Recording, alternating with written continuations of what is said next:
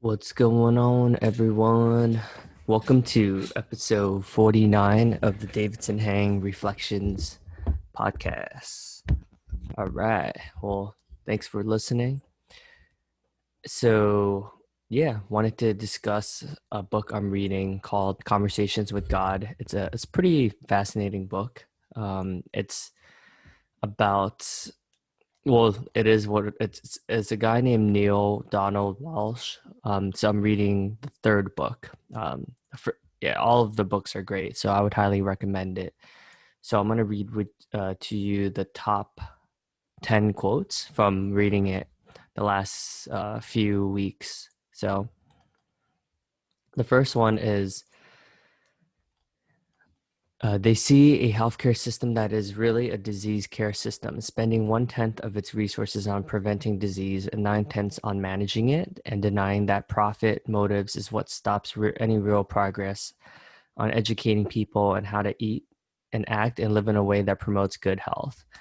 I think in our society, there's much more of an emphasis in being reactive versus preventative. I think if we spent as much energy and resources on educating people in nutrition and how having to live healthy habits like meditation, mental health, and things like that, self care, our society would be in a much better place. So that quote definitely resonated with me. And then the second one is for what you resist persist. Only what you hold can disappear. This is definitely relevant because there's a lot of things in life where we ignore, and then the more we ignore it, the more it comes back to us. For instance, for me, it's dealing with my finances. I would always be like, oh, I'll worry about it eventually, and then it always catches up to you. So, luckily I've made a lot of progress with that, but still have a long ways to go. Number three, the right and wrong are philosophical polarities in which a human value system, which has nothing to do with the ultimate reality, a point in which I've made repeatedly throughout this dialogue. There are, furthermore, not even constant constructs within your own system, but rather values which keep shifting from time to time. You're doing the shifting your mind about these values as it suits you. So right and wrong is really there is no right or wrong. It's just our what we think, but there's no reality to a lot of the right and wrong. It's just different opinions. So it's pretty interesting. This definitely resonated with me because how many times like we think our beliefs are like the ultimate truth. There's no if, ands, or buts. It's like, nope, this is what's right. And the more I dive into self-development, the more I realize like there is no right or wrong. It's just different values, and respecting those values is important. So number four, in truth, there is no reality. There is only one moment, and that is the internal moment of now. How many times are we thinking about the past or the future, or our next promotion, our next raise? There's so much of that. And in reality, the people that I've seen to be the most successful are the ones that embrace the now. And that's really powerful.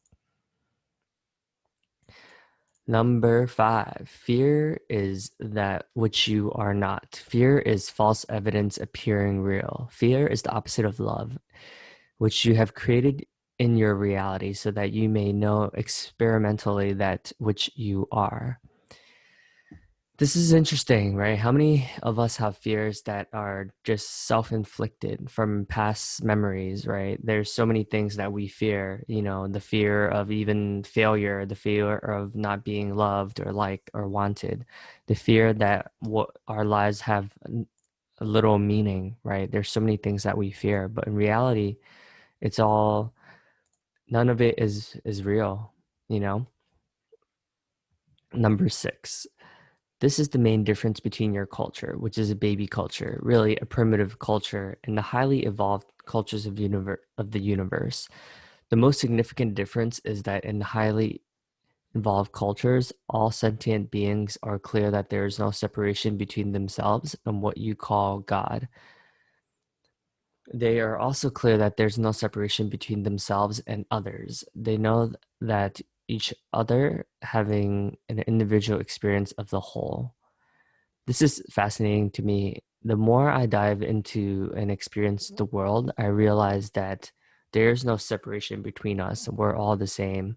Often, what we project onto others is our own insecurities. Like, well, it's not all bad stuff, right? Like every time I compliment someone, every time I see greatness in someone, I also see it within myself. So, that's why I try to practice gratitude, because the more gratitude I have for others, the more I'm lifting others up. Number 7, their first guiding principle is we are all one. Self-explanatory there. Number 8, yet right now, 1/5 of the world's population are using 4/5 of the world's resources. And you show no signs of changing that equation. There's enough for everybody. You would stop thoughtlessly squandering around all that on the privileged few. If all the other people use their resources wisely, you would use less than you do with a few people using them unwisely. Use the resources, but do not abuse the resources. In America, we make up such a very small, insignificant percentage of the world's population numbers wise, but we essentially use 4/5 of the world's resources. If you think about it, like there's between the European countries and America, our population is minuscule, right? Not that large if you look at the grand scheme of Africa and Asia and most of the world, but yet 55% of the world's population wise, let's say it's 500,000 people. I mean, 500,000,000 if you include like all the privileged nations. And then you look at, what's the 70% of the world, the less developed countries, right? We're essentially stealing their resources.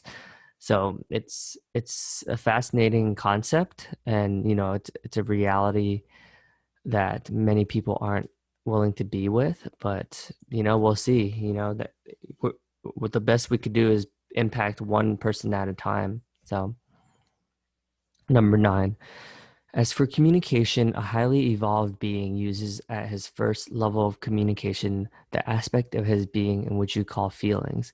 Highly evolved beings are aware of their feelings and the feelings of others. No attempt is ever made by anyone to hide feelings.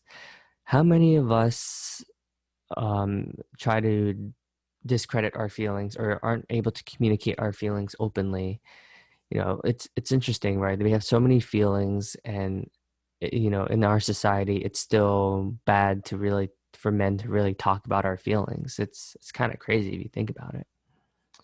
And number 10, if you have decided that we are all one, you would cease treating each other the way you do. If you've decided that there's enough, you would share everything with everyone. If you decided that there's nothing we have to do, you would stop trying to use doing this to solve your problems, but rather move to and come from a state of being which would cause your experience of those problems to disappear and the condition themselves to evaporate. So this is the classic treating others the way you want to be treated, right? We would stop just trying to solve and fix problems and just listen to each other and just be with each other. So I hope you all enjoyed my reflections on conversations with God. I'll do another one. I know I posted one last week, so I'm going to elaborate on that. And cheers. Hope everyone enjoys their beautiful weekend.